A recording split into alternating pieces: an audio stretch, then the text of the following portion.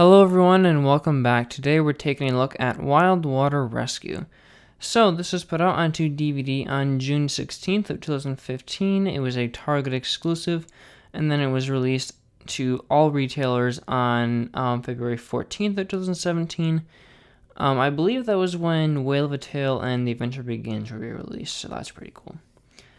But yeah, this is a bit of a strange release. I'm going to get into it later, but it has a very weird selection of stories. But anyways, let's take a look at the physical release here. So at the top there, we got Harold, Thomas logo, Wild Water Rescue. It's actually a really, really cool logo. I love that, like, rescue thing there. That's really well done. I don't know why, but it's just kind of cool. And then we have a little carryover from Whale of a Tale. We have And Other Engine Adventures. That's a really nice homage to the classic releases. However, this is the last time that we'll ever see this again. I don't understand why we didn't get these anymore, and I don't understand why we had these in the first place, but it would have been cool if we did, but whatever. And then we have a pretty standard picture of Thomas, Percy, and Rocky. It's pretty par for the course. On the side here, Hit, Thomas, Wild Water Rescue. I love how it looks on the side. I don't know, it just looks really cool. Thomas, all your stuff down there. On the back, whistles, wheels, and wipeouts. There's your description. You have the most generic picture of Thomas, Percy, and James, even though James hardly speaks at all in these episodes. We have, for bonus features, we have Guess Who Puzzles, Funnel Driver Perkins, and the Determination Song, which is actually the model series version. I believe there was a CGI version done around like 2010 or so, but I was fondly surprised to see the model series version put onto here, so that's pretty cool. There's all your stuff down there, and I'll open her up here. There's the disc. Pretty standard. Alrighty. So, what episodes do we have on here? We have Wild Water Rescue, the only episode from season 19.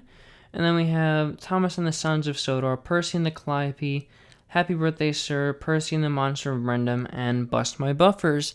Some episodes from season 16 that we were missing, which is a bit interesting, but I do like how they didn't forget about these episodes, as they will notoriously be missing a ton of episodes from both season 18, 19, and 20, and 21. For some other bonus features, we have calling all engines, Hero, and Flynn. We have the Earl's quiz, and he talks about Thomas and the emergency cable, and James the rescue. We have Who's That Engine, Spencer. Mr. Perkins story time, Thomas and Gordon, and Mr. Perkins postcard on Knapford Station. Very, very cool. Alrighty, so, the title episode, Wild Water Rescue.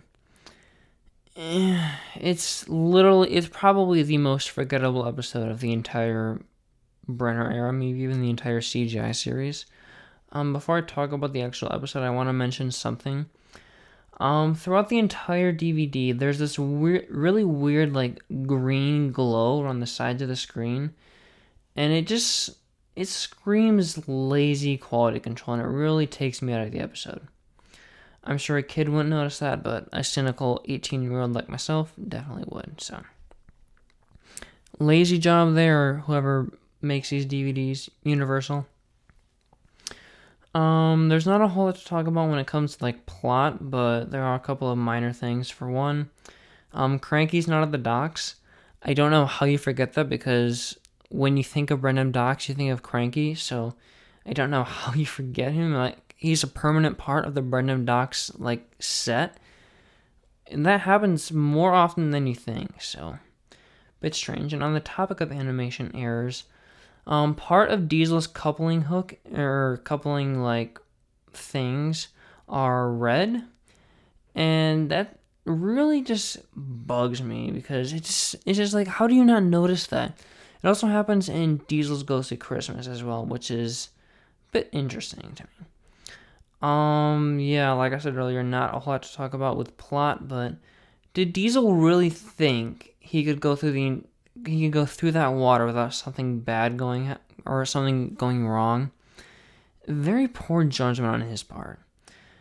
Yeah, it's a very unremarkable episode. I don't really have anything to say about it. I do like the Percy and Diesel dynamic, but this episode is so forgettable, and it's only remembered because it has a DVD named after it, and because it had an unusually strange amount of merchandise made for it. Like, there were 3 Trackmaster things and 2 Take and Play things. Like, okay, it's not like the flagship DVD of 2015, but okay. One of the only good things I can say about this, though, is that it is not miles better, but it is a bit better than what's coming after it. So I'm going to give it... I originally wanted to say 6, but I think I'm going to go down to a 5, because it's the most basic new Thomas episode of all time. It's not that remarkable. So, Thomas and the Sons of Sodor. So we're going to talk about Season 16 now, go back into uncharted territory.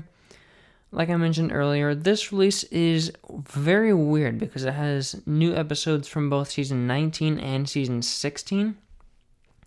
The Brenner era was already being released onto DVD when Season 16 was finishing up in the USA, so they forgot to put some Season 16 episodes out, and this DVD features almost all of them, but we're still missing the episode Sodor Surprise Day.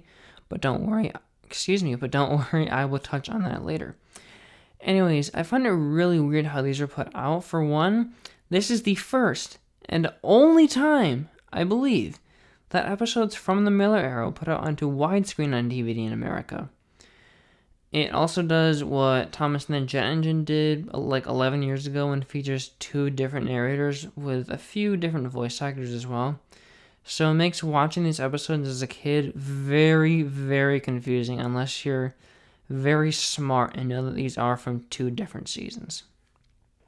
And it's also incredibly jarring from a writing standpoint, going from the more natural, I wouldn't say Wild Water Rescue had intelligent dialogue, but the more intelligent dialogue from this new era Thomas to the extremely basic and repetitive dialogue from the Miller era. It's kind of laughable to me.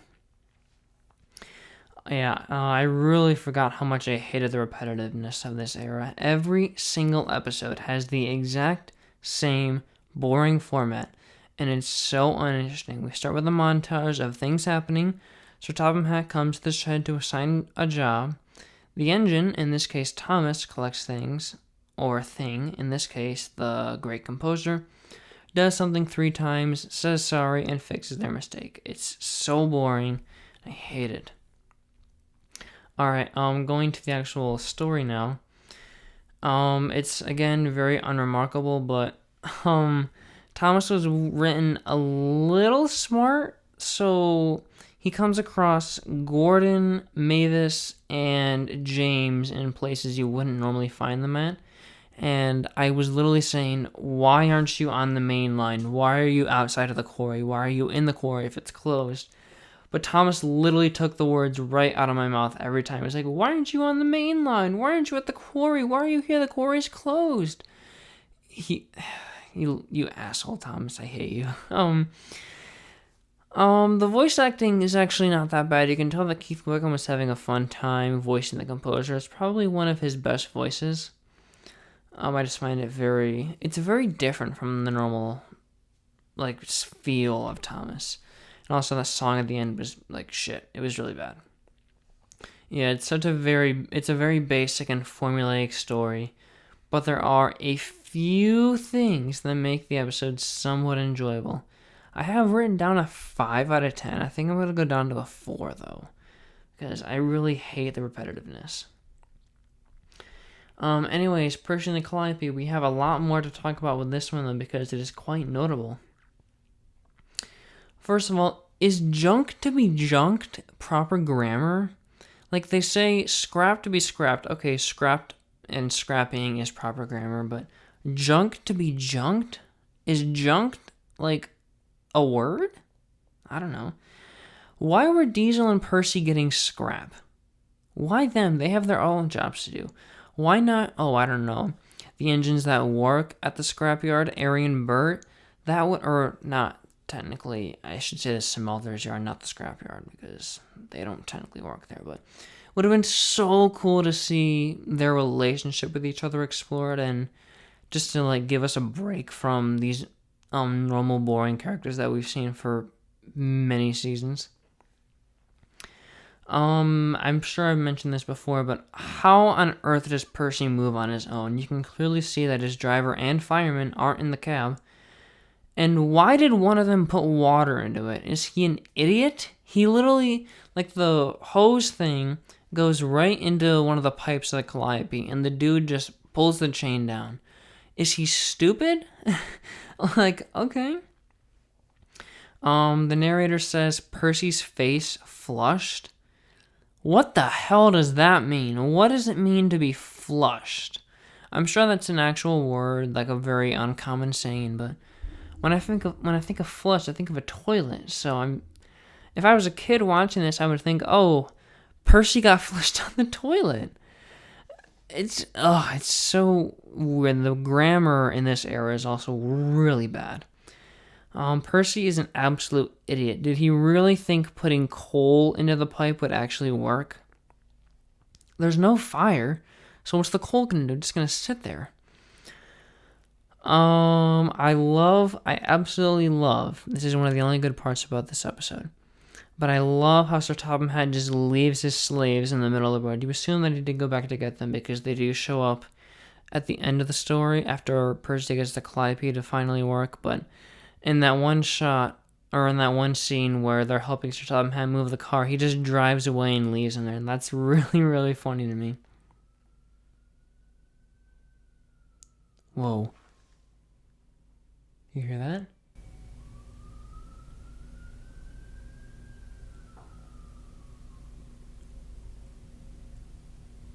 Sorry.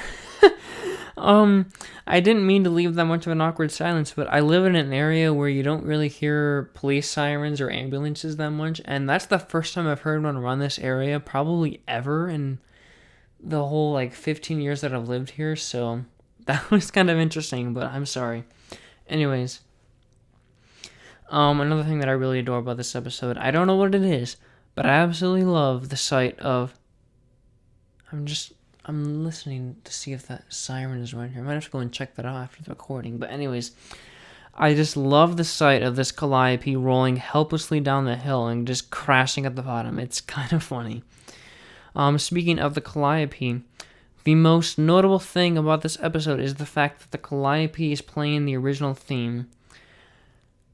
I'm getting goosebumps right now, but I was actually getting goosebumps while watching. I remember back in the day when this episode came out, everybody was freaking out and was like, they do remember Thomas! Look, it's the original theme song! They do care about Thomas! When in actuality, they probably don't. Or didn't. The story is incredibly dumb, but this little detail absolutely melts my heart, and it almost made me shed a tear because... we've had over 8 seasons of absolutely dog trash stories that don't even acknowledge the old series. So to hear this theme for the first time in nearly 10 years was so, so great.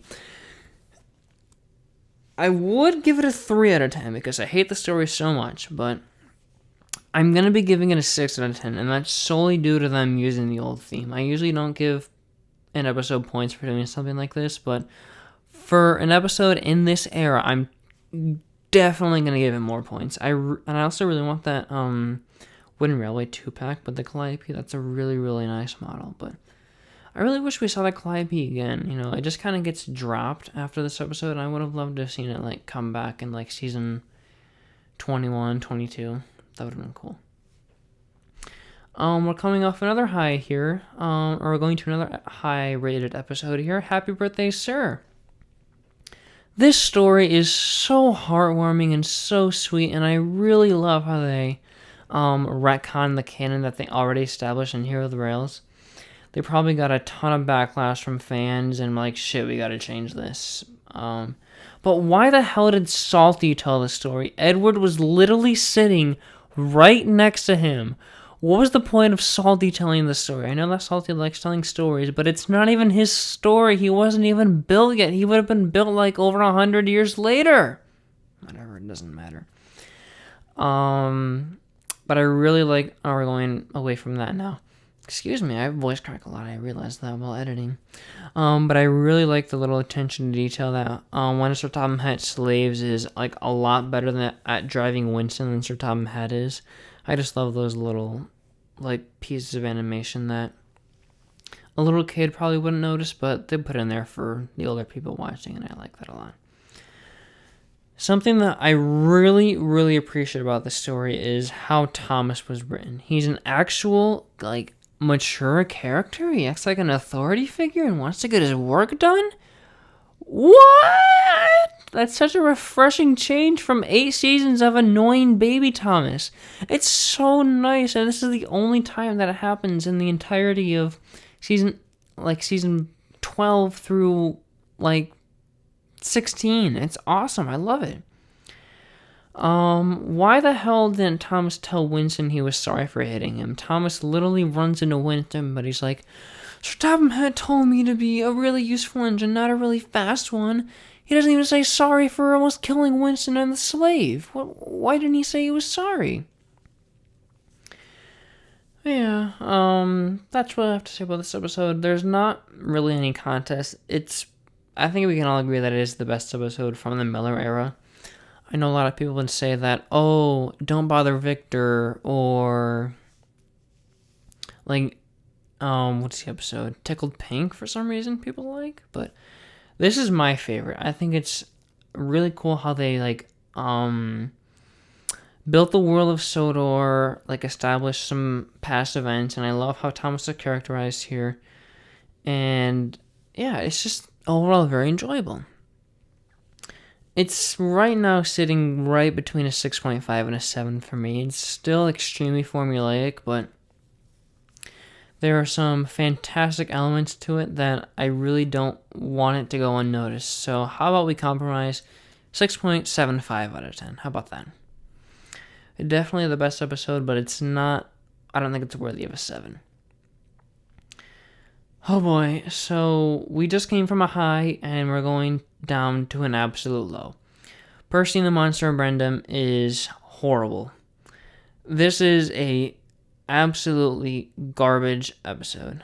That fog rolled in incredibly quickly. I was like, wow, like salty leaves and the docks looks fine, and then we see a shot of the ocean and all this fog is coming in. I'm like, where'd that come from? Excuse me. On the subject of the fog, though, it does look a lot better than in Spencer the Grand, because you can actually see where they are. That's really, really cool. That's really the only positive about this story. I will also say that Thomas doesn't appear in this, which is really cool. But the other characters that do appear are incredibly stupid. Edward, Toby, and Henry are all complete dumbasses and act so out of character, but I really shouldn't be surprised anymore because this has been happening for years, but whatever.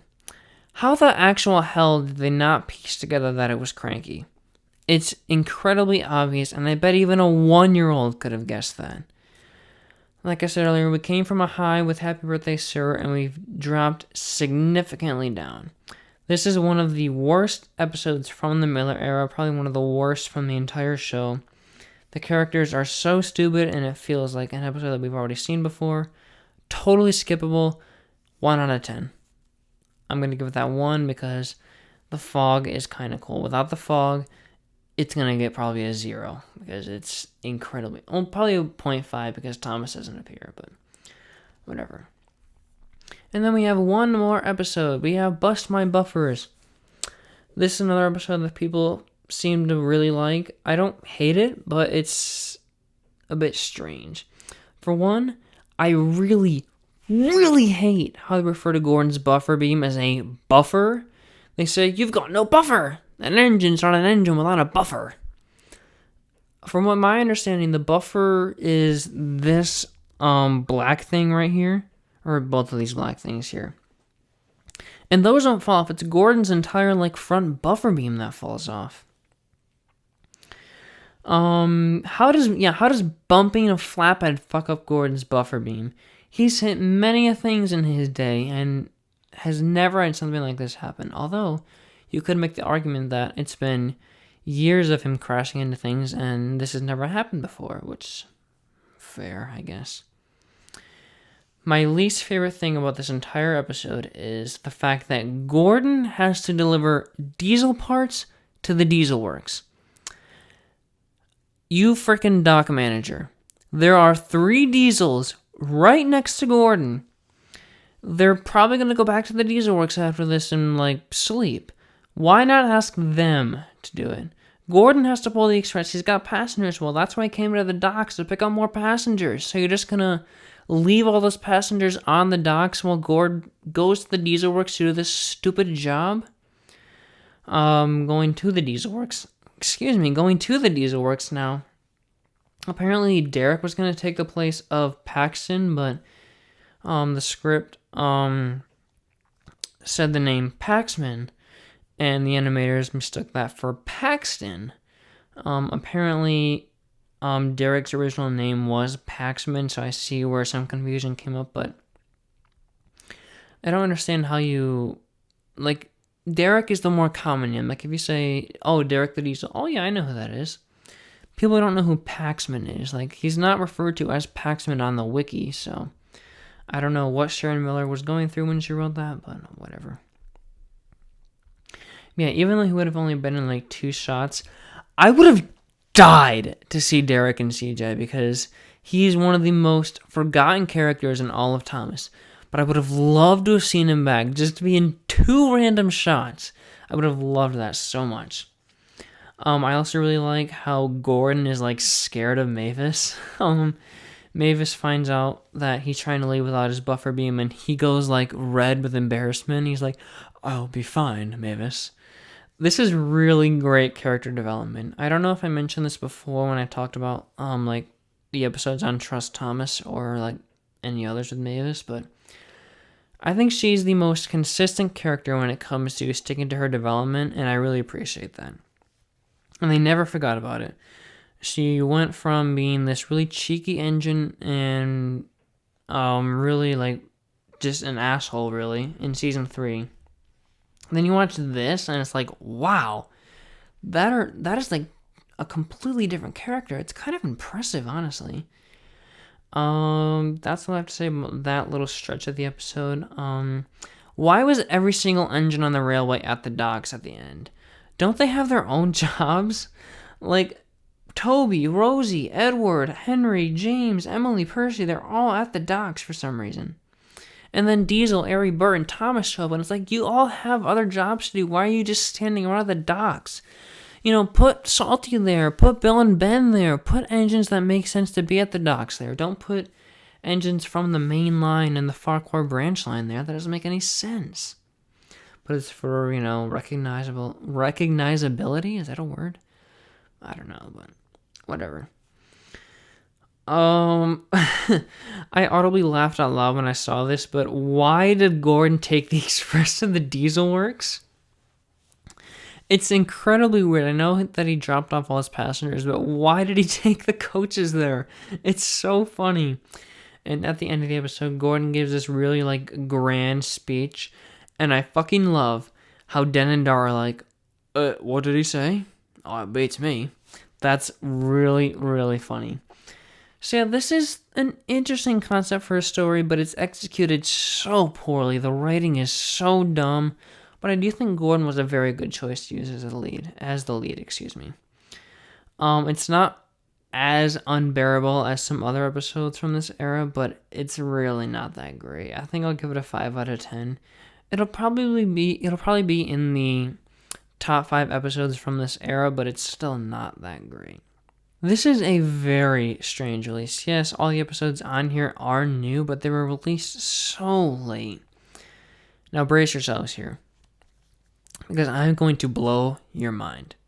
So the whole point of this series is to tell you how I would change releases here. That was more apparent with the earlier releases from season 1 through 7 or whatever, but it does happen, the inconsistencies from this era really, really bug me, so I have worked out a completely new lineup for these stories, so brace yourselves here. Now, if it were up to me, I would go back in time and scrap Animals Aboard and put all 5 episodes from the Nitrogen era on this DVD, plus Sodor Surprise Day, onto another DVD, and put the remaining season 18 episodes, those being Duck on the Slip Coaches, Missing Gator, Spencer's VIP, and Toad's Bright Idea, out instead of Wild Water Rescue. So basically what I'm saying is, instead of Animals Aboard, we get those season 16 episodes, and instead of this, we get the remaining season 18 episodes. That way, the season 16 episodes wouldn't have come out, or the season 16 episodes would have come out around the time the season was coming out on DVD, and the season 18 episodes would have come out around the time that season was being completed. Yes, that means we're only going to get about 4 episodes on this new DVD, but I'd rather have a much smaller roster of stories than be missing Spencer's VIP and Toad's Bright Idea completely. And don't worry, I have not forgotten about Wild Water Rescue. That's going to come back in the next 2 weeks. Yeah, that's all I have to say here. I mean, I was watching this release last night and I was typing out my notes and I was like, oh, you know what? Why not just put all the season 16 episodes that we're missing onto a DVD? And then we can put the remaining season 18 episodes onto a DVD. So that way kids who watch Tales on the Rails won't be so confused when we go from, I think Den and Dart is the last season 19 episode on that, to, Missing Gator or Duck on the Slip Coaches. Because we have a completely different voice cast and such. Just makes a whole lot more sense to me in general. But yeah, this is probably the longest episode of the entire series. We're right now, my camera says we're at 27 minutes. I might be a bit shorter when I edit this, but we've been going for a long, long time here, so I think I'm going to wrap it up here. Thank you all so much for watching. Thank you for putting up with my stuttering and, mispronunciation of words. I just kind of want to get this episode out so I can finish work on a remake for my main channel. And that's pretty much all I have to say. So, before I do end, I want to touch on one quick thing, or mention one quick thing. If you're into Thomas Wooden Railway or take along, take and play adventures, I do have some spare ones up on my eBay store. I believe I made a community post about that. If not, I'll put it in the description below, but I'm also selling some Thomas DVDs and I believe 1 VHS tape. So you can go out and check out my eBay store. I have some very good prices. I mean, I don't want these anymore, so I'm just going to get rid of them. It's just all the extra DVDs that I don't really have a purpose for. So, yeah. If you're interested in collecting stuff, head on over to there. But other than that, that's all I have for you guys today. I'm very, very tired. I think I'm going to go to bed now. So, thank you all so much for watching. And I will see you with Thomas's Christmas Carol.